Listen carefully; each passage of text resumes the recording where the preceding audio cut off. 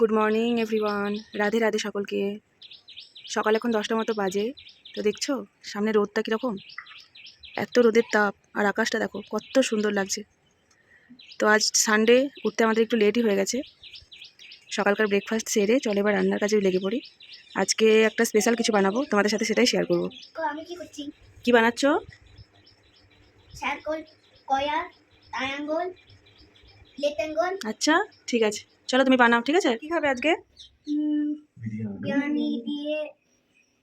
বিরিয়ানি দিয়ে দই খাবো। তা দই তো নেই, তো বাবাকে বলো একটু দই নিয়ে আসতে। বাবা দই নিয়ে আসো। চলো চলো আরে দই নিয়ে আসো, আমি এখন এই চিকেন রান্না করতে গিয়ে দেখছি দই নেই। চলো নিয়ে আসি। হ্যাঁ যাও। দুধ জ্বালে সোনা চলো দেখো। তো হঠাৎ রান্না করতে গিয়ে আমি মাংসটা ম্যারিনেশনে বসাবো, ঠিক সেই মুহূর্তে দেখছি আমার দই নেই ফ্রিজে। তো কর্তামশাইকে বললাম যাও একটু দই নিয়ে আসো। তো চললো দই আনতে। তো চলো ও আসুক, ততক্ষণ দই নিয়ে ততক্ষণ বাকি প্রসেসগুলো আমি শুরু করি। যেমন বেরেস্তা তৈরি করা, আলুগুলোকে আমি সিদ্ধ করে রেখেই দিয়েছি, সেইগুলোকে ভাজা, সেই প্রসেসগুলো তো একটু এগিয়ে রাখি, ততক্ষণে আমি করে নিই। চলো টাটা।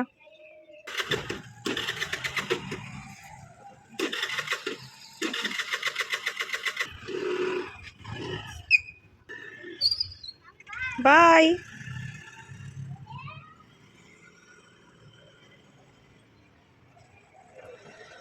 মশলা আমি রেডি করছি চিকেনের, সেটা হচ্ছে আদা রসুন পেঁয়াজ জিরে গুঁড়ো ধনে গুঁড়ো, যেটা বেসিক মশলা হয়।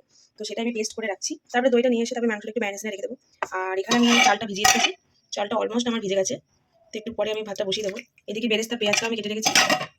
এখানে আলুগুলো আমি নুন আর হলুদ দিয়ে একটু সেদ্ধ করে নিয়েছি। কিন্তু সিদ্ধ করার পর না ভাজলে আলুটা খেতে খুব টেস্টি হয়। তো চলো আলু ভাজা বেরেস্তা ভাজা এগুলো আমি কমপ্লিট করে নিই, তারপরে আসছি মূল প্রসেসে। তো আমার পেঁয়াজের বেরেস্তা আর আলু পুরো রেডি হয়ে গেছে, আর দই চলে এসেছে। এবার আমি মাংসটা ম্যারিনেশন করে নেবো। তো দিয়ে দিচ্ছি টক দই। বেশিক্ষণ আজকে ম্যারিনেশন আমি রাখতে পারবো না। দিয়ে দিচ্ছি একটু অল্প পরিমাণ সর্ষের তেল।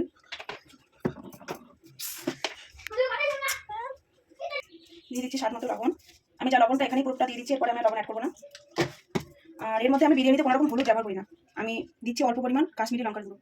ব্যাস, এবার এটাকে আমি একটু হাতে দিয়ে ভালো করে চোখে রেখে দেবো। মিনিমাম 10-15 মিনিট মতো রেখে দেবো, কারণ আজ বেশি টাইম নেই। অল্প টাইমের মধ্যে আমি জিনিসটা রেডি করতে হবে, কারণ অনেকটা টাইম হয়ে গেছে। তো চলো নেক্সট প্রসেসে দেখা হচ্ছে। আবার মশলাটা আমি রেডি করে রেখেছিলাম, সেই মশলাটা আমি কড়াই তেল গরম হয়ে গেছে, এবার আমি এটা দিয়ে দেবো। আমি কিন্তু কোনো রকম কোনো ফোড়ন ব্যবহার করিনি, কারণ ভাতের মধ্যে অলরেডি ফোড়ন যাবে, আর এতে অলরেডি বিরিয়ানি মশলা যাবে, সেই সব আমি কিন্তু কোনো ফোড়ন দিইনি। এটা সম্পূর্ণ আমার নিজস্ব স্টাইল, তবে খেতে খুব সুন্দর হয়। তোমরা এইভাবে ট্রাই করে দেখতে পারো। মশলাটা একটু কষানো হয়ে গেলে এই যে ম্যারিনেশন করে রাখা মাংসটা তারপর দিয়ে দেবো। মধ্যে এটা দিয়েছি আমি জয়ত্রী, ছোটো এলাচ, দারচিনি, বড় এলাচ, তেজপাতা, গোলমরিচ আর একটু গোটা জিরে, আর দিয়ে দেবো লবণ আর সামান্য পরিমাণ রিফাইন তেল। সেগুলো দিয়ে আমি জলের মধ্যে দিয়ে দেবো। চলো এই মশলাটা এবার আমি ভাতের মধ্যে জলের মধ্যে দিয়ে দিচ্ছি। আর দিচ্ছি রিফাইন তেল। ঘি দিতে পারো, কিন্তু আমার কাছে অত ঘি নেই, তাই আমি রিফাইন তেল দিচ্ছি। রিফাইন তেল আর লবণটার জন্য ভাতটা খেতে ভালো হবে, আর তেলের জন্য ভাতটা একটার সাথে একটা লাগবে। মশলাটা হয়ে গেছে কষানো, এবার মাংসটা দিয়ে দিচ্ছি।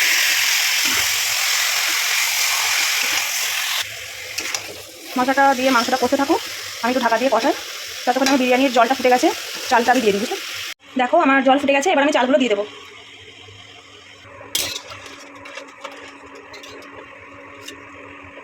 যে সানরাইজের বিরিয়ানি মশলা, এটা কিন্তু এখানে পাওয়া যায় না, এটা আমি বাড়ি থেকে নিয়ে এসেছি। তো যেটা বিরিয়ানির মেন জিনিস সেটা হচ্ছে বিরিয়ানি মশলা। চলো আমি দিয়ে দিই।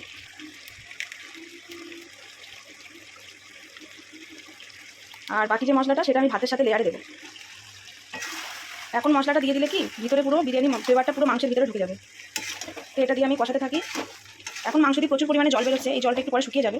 যখন পুরো জল শুকিয়ে যাবে তখন আমি অল্প একটু জল দিয়ে মাংসটা সিদ্ধ হতে বসিয়ে দেবো।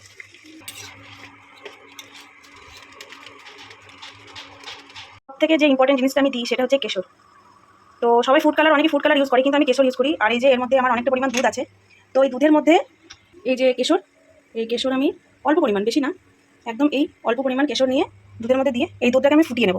ফুটিয়ে যতক্ষণ না পর্যন্ত হলুদ রং এসে যাচ্ছে ততক্ষণ পর্যন্ত দুধটাকে আমি ফুটিয়ে নেব। ধীরে ধীরে দুধের কালারটা চেঞ্জ হচ্ছে, এটা পুরো ফুটে ফুটে হলুদ কালার হয়ে যাবে। এই দেখো সুন্দর হলুদ কালার হয়ে যাচ্ছে, বুঝতে পারছো? তো চলো এবার এটাকে নামিয়ে দিই। এই যে ভাত আমার রেডি। তো ভাতটা হাঁড়িতে থাকলে গলে যাওয়ার চান্স থাকতে পারে, কারণ মাংসটা আমার এখন রেডি হয়নি, তাই আমি গামলার মধ্যে ঢেলে দিলাম। চিকেনটা আমি মাঝখানে তোমাদের দেখাতে পারিনি, কষানোর পর আমি হালকা একটু জল দিয়ে দিয়েছিলাম, জল দিয়ে আমি ঢাকা রেখেছিলাম। তো আর অল্প কিছুক্ষণ করবো, মিনিট 2-1 মতো, তারপর আমি এটাকে লেয়ার বসাবো। চলো লেয়ার দিতে দিতে তোমাদের সাথে গল্প করছি। ডান, চিকেনটাকে আমি অর্ধেক করে তুলে রেখেছি, অর্ধেক এখানে রেখেছি, অর্ধেক কড়াই রেখেছি। তো দুরকমভাবে দুটো লেয়ারে আমি দেবো, সেই জন্য আমি দুইভাবে মাংসটাকে তুলে রেখেছি। তো আমি এবার একটু আলুগুলো সাজিয়ে নিই। এখানে আলু দিয়ে দিয়েছি, এবার আমি এর মধ্যে দেবো সেই রেডি করা আমার দুধ।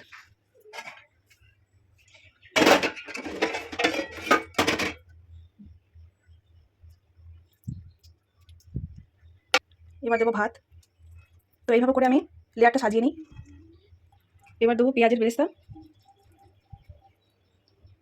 এবার দেবো বিরিয়ানি মশলা একটু, তারপর আবার এর মধ্যে আমি এই দুধটা অ্যাড করবো। এটাতে টেস্টটা এত সুন্দর বাড়িয়ে দেয়, পুরো দাদা বৌদি স্টাইলের হয়, খেতে খুব দুর্দান্ত লাগে, তোমরা ট্রাই করে দেখো।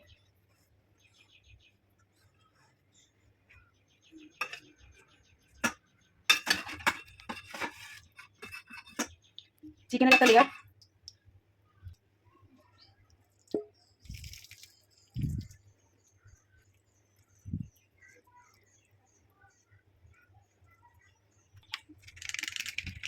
যাই থেকে ফাইনাল যে জিনিসটা সেটা হচ্ছে দেশি ঘি। এটা না দিলে তো বিরিয়ানি পুরো অসম্পূর্ণ। তো চলো এটা দিয়ে দিই, তারপরে আমি দমে বসিয়ে দেবো। এটা না দিলে বিরিয়ানি খাওয়ার মজা আসে না।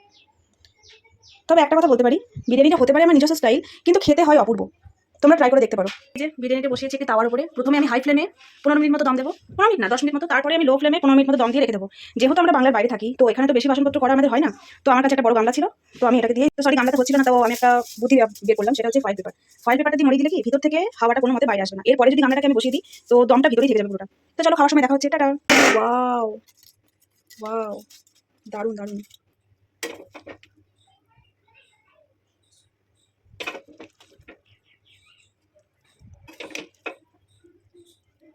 দেখো, চলো আমি থালায় পরিবেশন করে তোমাদের দেখাচ্ছি কত সুন্দর হয়েছে বিরিয়ানিটা। ভাতগুলো দেখেছো একদম ঝরঝরে, একটার সাথে একটা লেগে নেই। যে বিরিয়ানির সাথে আমি রায়তা রেডি করে ফেলেছি, পেঁয়াজ, লঙ্কা, শসা আর দই, আর এর মধ্যে